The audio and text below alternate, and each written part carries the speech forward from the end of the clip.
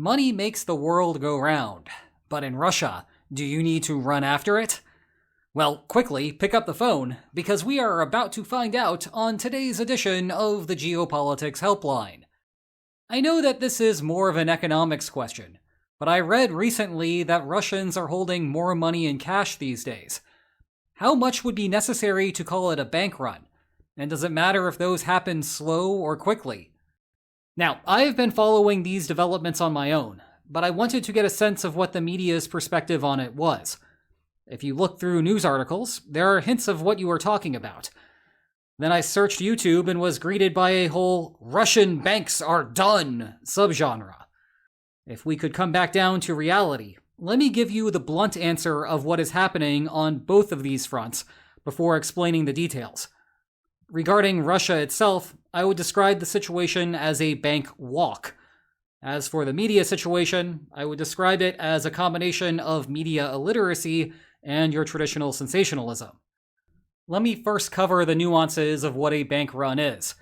And I think that the easiest way to do that is to jump back in time to the beginning of the invasion. Shortly after the first Russian troops stormed across the border, the Western financial system hit Russia with the economic equivalent of shock and awe. Russian citizens, who have always been a fair degree skeptical of their government's ability to weather a storm, grew concerned about their financial positions. As you know, banks only have a fraction of their assets held in liquid supply. This is how banks make money. If all of the cash just sat in a vault, there would be no loans that could accumulate interest payments. The system works great in ordinary times when everyone lets their deposits sit still. It turns into a mess if everyone runs to the bank to withdraw all of their money, because at best the bank cannot do it at that moment, and at worst it outright becomes insolvent. Russia has deposit insurance to protect bank customers from this problem, just like the FDIC does in the United States. But due to a combination of the aforementioned distrust in Russian institutions, and concerns that the government would be unable to cover foreign currency deposits, average Russians started forming a bank run. The critical component to this, which I will explain in a moment is different from today's problem, is that the common expectation of a bank run made each individual want to withdraw their money. In other words, I may have preferred to keep my money in the bank, all else being equal. But my concern that everyone else would withdraw their money and leave me with none left over compelled me to participate in the chaos anyway. The Russian central bank resolved this problem through a handful of measures, most notably raising interest rates. The higher interest rate meant that there was a greater opportunity cost for withdrawing money. That reset everyone's common expectations and, in turn, calmed the crisis. Fast forward to today, and we see a couple of features that indeed look like a bank run. There are lines of people outside of banks trying to withdraw money. There are concerns inside the Russian central bank about bank liquidity. However, that is where the commonalities end. What is driving the problem today is the literal ability of Russians to pay for goods. You could see the problem start to form last year when Ukraine's drone strikes into Russia became widespread. Ukraine was using Russia's own telecoms infrastructure to navigate the drones to their targets. The Kremlin responded by shutting down telecoms, which worked well enough for its intended purpose. But it also came with a significant side effect. When I pay with a credit card or a debit card, there is a hidden and magical back-end system that connects the point of sale to banking institutions to ensure that I have the money to pay for the good and that the vendor receives the money from the sale. If telecoms are broken in the area, then my credit card is functionally worthless. Average Alexanders and median Mikhails quickly understood the problem and recognized the obvious old-school solution. Just pay with cash. Of course, you need physical currency to do that, hence why Russians are visiting their banks. They are substituting card purchases with currency purchases. And this problem appears to be worsening due to a second dimension. If no one wants to order from Wildberries anymore, they will still want to purchase goods from somewhere. Again, that means shifting from online purchases, which are done with cards, to physical, in real-life purchases, which is accomplished most safely using paper currency. What separates this from a traditional bank run is that when I go to the bank to withdraw money, I am not trying to withdraw all of my money. I am only trying to withdraw enough money to make my normal purchases. Put differently, I am substituting electronic money with paper money. You can get long lines at banks as a consequence because each institution is not set up for that. You have to appropriately staff for in-person demand, so there will be adjustments at the bank level necessary.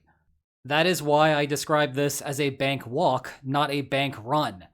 Individuals are going to the bank based on their own circumstances, not altering their behavior because they think others are going to make the bank face a liquidity problem.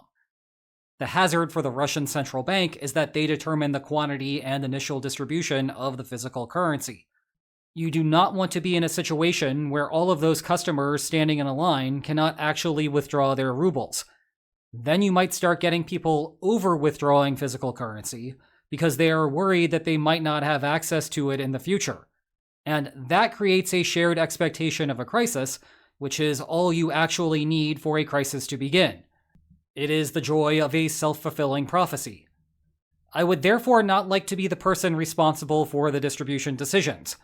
It might not be a difficult problem in theory, but if something goes wrong in practice, it could actually be a disaster. That said, I do not want you to come away from this video thinking that the Russian banking system is done. It just requires a little bit more thought than usual. To wit, you can see how the Russian central bank has responded through its own data on paper money supply, specifically currency currently outside of the central bank. In January, there was a seasonal pullback of 501 billion rubles. This is normal because the December holiday season sees an increase in economic activity more generally, and thus a greater need for paper currency. The January pullback is designed to reset things to their regular baseline. But then in February, there was a 230 billion ruble increase. In March, 301 billion. In April, 679 billion. In May, 328 billion. In June, 426 billion. And in July, 618 billion. These are elevated figures, yes, but they do not constitute an emergency. Generally speaking, monthly figures see positive but smaller increases. Sometimes there may be decreases, but it usually increases because money supply tracks the size of the economy and reflects inflation, both of which have been up for Russia.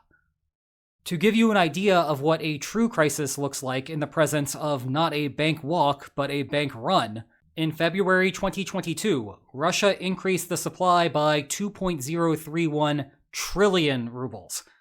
This is especially noteworthy because the invasion began on February 24th, so almost all of that was packed into less than a week. You can also see how the central bank resolved the problem relatively quickly, as there was a 973 billion ruble drawdown in March, a 495 billion ruble drawdown in April, and a 377 billion ruble drawdown in May of that year. This year's monthly figures are not even approaching September 2022's 930 billion ruble increase as a consequence of the mobilization call. In sum, again, this is not a banking crisis. It could turn into one if the Russian central bank is completely incompetent, but they are not. They know they need to release more paper money, and they can always raise interest rates in a pinch to cover any short-run problem. Politically speaking, this is an inconvenience for Russian citizens. But I do not think that you or I would suddenly become revolutionaries because we had to start paying for more goods with cash.